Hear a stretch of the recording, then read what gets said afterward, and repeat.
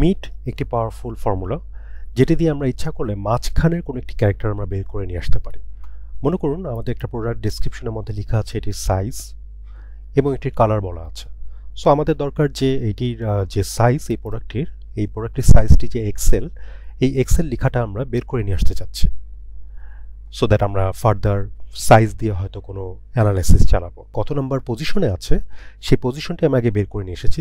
খেয়াল করবেন যে সার্চ আমি কোলন দিয়েছি দেখে সে বলে দিয়েছে যে 5 নাম্বার স্টেপে এটি আছে। দেখুন 1 2 3 4 5 নাম্বারে হচ্ছে কোলনটি আছে।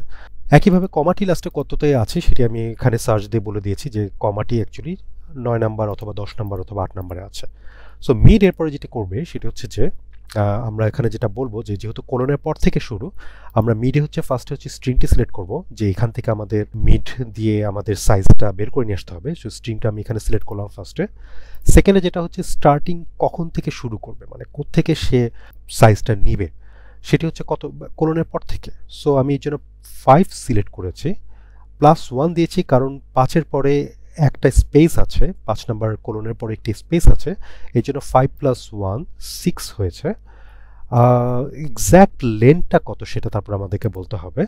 এক্স্যাক্ট লেন্থ হচ্ছে আপনি খেয়াল করবেন যে আমরা যদি লেন্থের কথা চিন্তা করি যে এখানে আসলে লেন্থ কতটুকু হবে। সো এটা কমা থেকে অ্যাকচুয়ালি কোলন পর্যন্ত ততটুকু হচ্ছে এটা লেন্থ। তার মানে 9 থেকে 5 যদি মাইনাস করি, উইচ ইস হচ্ছে 4, 9 থেকে 5 যদি মাইনাস করি, মাইনাস করার পরে যদি যেহেতু এখানে একটা স্পেস আছে, আমাদের স্পেসটাকেও আমাদেরকে বাদ দিয়ে দিতে হবে। এই জন্য স্পেসটাকেও -1 করলাম। তার মানে 3টি ক্যারেক্টার নিতে হবে আমাদের। সো এক্স্যাক্ট লেন্থ হচ্ছে আমার 6 নাম্বার থেকে শুরু করে আমরা লেন্থ 3 পর্যন্ত নিব। তাহলে আমাদের দেখুন এক্সেল লেখাটি চলে এসেছে। একইভাবে দেখুন এটি ডাবল এক্সেল এখানে চলে এসেছে মিড ইউজ করে। চলুন আমরা এবার নিজেরা করে দেখি।